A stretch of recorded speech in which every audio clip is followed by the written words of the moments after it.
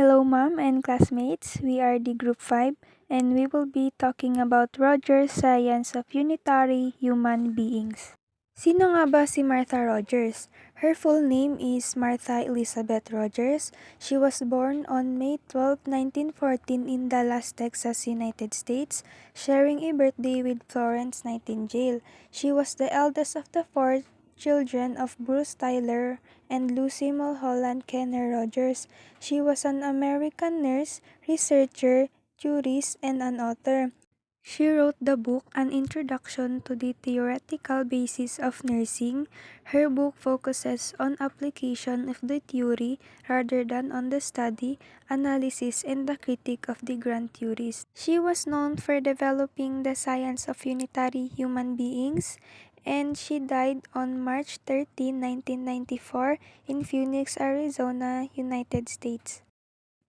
Now, let's talk about her education.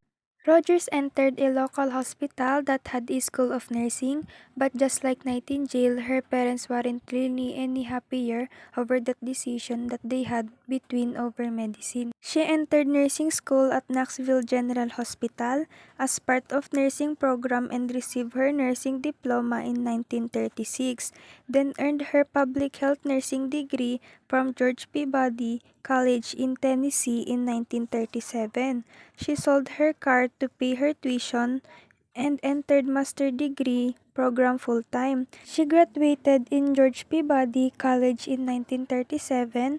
Her master's degree was from Teachers College at Columbia University in 1945. Doctorate in nursing in Johns Hopkins University in Baltimore in 1954, and then completed her studies in 1954. Martha Rogers' theory is known as the Science of Unitary Human Beings, or SUHB. The theory views nursing as both a science and an art, as it provides a way to view the unitary human being who is integral with the universe. The unitary human being and his or her environment are one. Nursing focuses on the people and the manifestation that emerge from the mutual human-environmental field process. Why is nursing both an art and an science? Nursing is indeed an art and science because science helps to explain the work of nurse, while the art addresses the human connection, empathetic communication, and dedication, care, and compassion that make nursing a critical element of healthcare. Rogers' theory contains two dimensions: the science of nursing, which is the knowledge specific to the field of nursing that comes from scientific research, and the art of nursing, which involves using science of nursing creatively to help better the lives of the patient. Martha E. Rogers' theory of unitary human beings views that nursing is both a science and an art. The uniqueness of nursing, like any other science, is in the phenomenon central to its focus. The purpose of nurses is to promote health and well-being for all the persons wherever they are. The development of Rogers' abstract system was strongly influenced by an early grounding in arts as well as the background in science and interest in space. The science of unitary human beings began as synthesis of ideas and facts. Rogers' model addresses the importance of the environment as an integral part of a patient and uses that knowledge to help nurses blend the science and art of nursing to ensure patients have a smooth recovery and get back to the best health possible. The belief of the coexistence of a human and the environment has greatly influenced the process of the change towards better health. So in short, a patient cannot be separated from his or her environment when addressing health and treatment. This view leads and opened Martha E. Rogers' theory, known as the science of unitary human beings, which allowed nursing to be considered one of the scientific disciplines. There are also 5 assumptions or theoretical assumptions supporting Rogers' model. First is energy field, second, openness, third, helicity, fourth, pattern and organization, and fifth, sentient and thinking being. The man is unified whole possessing his own integrity, and manifesting characteristics that are more than and different from the sum of its parts. And the second is openness. Man and the environment are continuously in changing matter and energy with one another. In Helisy, the life process evolves irreversibly and unidirectionally along the space-time continuum. Pattern and organization identify the man and reflect his innovative wholeness. And lastly, in sentient and thinking being, man is characterized by the capacity of abstraction and imagery, language and thoughts, sensation and emotion. There are also four meta-paradigm of Martha Rogers' nursing theory. First is nursing. We already know that Rogers viewed nursing as an science and art. In nursing, Rogers' theory applies science with the practice of nursing to care for and to improve patient outcomes. It gives a nurse a theoretical structure to integrate patients in relationship with their environment to guide patient care and healing. We are obligated to promote health and well-being for everyone. Rogers believed that humans are more than just a body, so when nurses interact with their patients, they are working to save a life and not just a body, which makes nurses' work invaluable. Working nurses can apply Rogers' theory to their own lives in a way that allows them to remain focused on their goals and reason for providing care. And next one, we have environment meta-paradigm.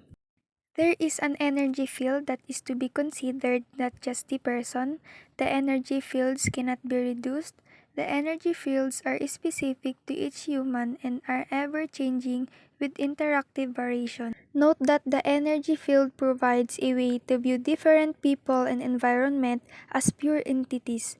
Rogers believed that it is naturally scientific field as each individual influences the environment.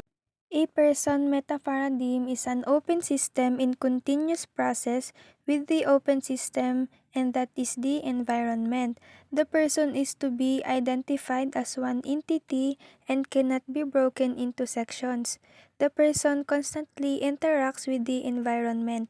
The meta-paradigm of person focuses on the patient who is the recipient of care. This may encompass things such as persons spiritually, culture, family and friends, or even their socio-economic status. And lastly, the health meta-paradigm.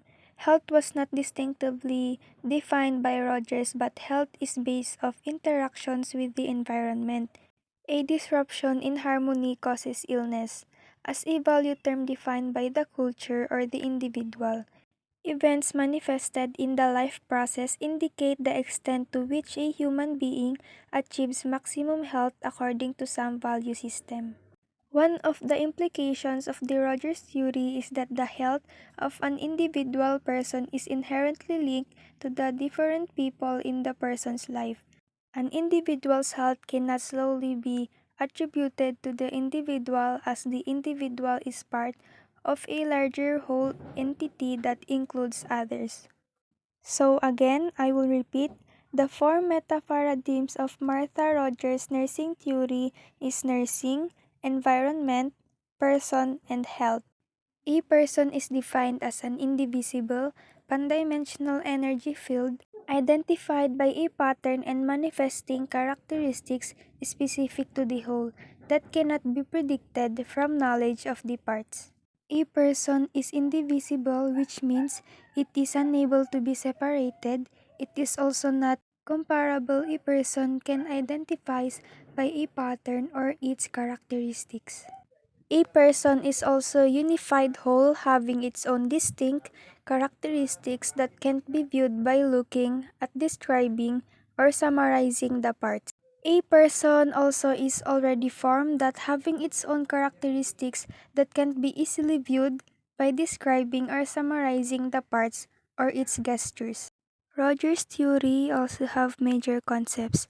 These concepts are energy field, openness, pattern, and pandimensionality. Rogers defined energy fields as the fundamental unit of living and non-living. Field is a unified concept. Energy signifies the dynamic nature of the field. A field is in continuous motion in its infinite, and the person and environment are energy field. Human beings do not have an energy field because they are an energy field. More importantly, energy field do not have parts. For example, a magnet field or a gravitational field, which are physical fields, cannot be divided into parts. Nor do they have boundaries because energy fields have no parts. They are considered irreducible, and irreducible means that it is indivisible. The second concept is openness, which there is no boundary or barrier that can inhibit the flow of energy between human and the environment, which leads to the continuous movement or matter of energy. Energy fields are identified by their distinguished characteristics of energy. Each human pattern is unique and integral with its environmental field. A person and his environment are continuously exchanging energy with each other, so it refers to the qualities exhibited by open systems. Human beings and their environment are open systems. Another concept of SUHB is pattern. Rogers defined the pattern as the distinguishing characteristics of an energy field seen as a single wave, so it is an abstraction and gives identity to the field. Pattern is continually changing and may manifest disease, illness, feeling, or pain. The last concept of SUHB is pandimensionality. Pandimensionality is defined as nonlinear domain without spatial or temporal attributes. Nonlinear transcends the traditional notions of the time and space. The parameters that humans use in language to describe events are arbitrary. The present is relative. There is no temporal ordering of lives. In Martha Rogers' theory, there are also called principles of homodynamics. Homodynamics refers to the balance between the dynamic life process and environment. Homodynamics should be understood as dynamic version of homeostasis. This principle help the view human as unitary human being. There are three principles of homodynamics. These are resonancy, helicity, and integrality. Resonancy is a constant change in flow from a lower to a higher frequency. It is a flow of energy between people and everything around them. In practices, nurses might incorporate activities such as art and music to assist a patient who is ill in an attempt to help them adjust to change the flow. Furthermore, use of touch, talking, or imagery can enhance well-being. The second principle is helicity. Any small change in any of the environmental fields causes a ripple effect, which creates larger changes in other fields. It is basically continuous evolution or change that results from the interaction of human environment fields. As a nurse, even the smallest of our actions can make difference, including the simplest of things such as spending time with our patients and the way we speak to them. The last principle of homodynamics is integrality. Human and environmental energy fields that are mutually and continuously changing. We affect our environment and our environment affects us. Putting it into practice, as a nurse, we share a connectedness with our patient and we share the mutual simultaneous experience. Person and environment become one field. So, for example, in meditation, music or humor can be used to produce a positive environment. Science of unitary human beings and nursing process. The nursing process has three steps in Rogers' theory of unitary human beings. The first step is assessment, second step is voluntary mutual patterning, and third is evaluation. The assessment areas are the total pattern of events at any given point in space-time.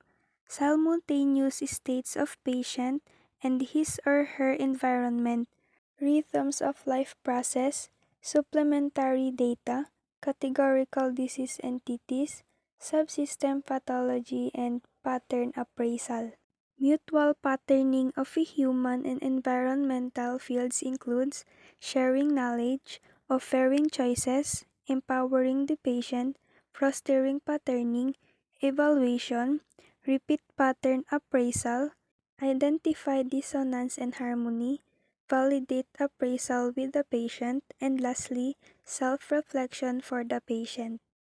Martha Rogers' theory also has strengths and weaknesses. The strength of this theory is that it can provide worldview from which nurses may derive theories and hypotheses and propose relationships specific to different situations. The weakness of this theory is that it does not define particular hypotheses or theories, for it is an abstract, unified, and highly derived framework. The theory was believed to be profound and was too ambitious because the concepts are extremely abstract. Testing the concept's validity is questionable because its concepts are not directly measurable. Rogers claimed that nursing exists to serve people, however, nursing roles were not clearly defined. The purpose of nurses is to promote health and well-being for all persons wherever they are. However, Rogers' model has no concrete definition of a health state. Practical implication of Rogers' theory. Theories in nursing give information on definitions of nursing, goals as well as functions of nursing, and also the principles that form the base for nursing practice. As nurses, it is very important to apply the theories in practice because they guide in providing day-to-day nursing care to clients. Professor Martha Rogers' theory is a kind of systems theory, and Callista Roy, Dorothy E. Johnson, Betty Newman, and are also get supported their views in the theory of unitary human being. How did Martha Rogers influence nursing education? Martha Rogers' greatest contribution may be her introduction into nursing of a questioning stance about the prevailing models of science, leading to increased acceptance of alternative paradigms, a variety of research methods, and exploration of topics such as existentialism and Eastern philosophy. Summary and conclusion. The science of unitary human beings is highly generalizable as the concepts and ideas are not confined with a specific nursing approach, unlike the usual way of other nurse theorists in defining the major concepts of a theory. Rogers gave much emphasis on how a nurse should view the patient. She developed principles which emphasize that a nurse should view the clients as a whole. Her statements in general made us believe that a person and his or her environment are integral to each other. That is, a patient cannot be separated from his or her environment when addressing health and treatment. Her conceptual framework has greatly influenced nursing by offering an alternative to traditional nursing approaches. That's all. Thank you for listening. Have a great day.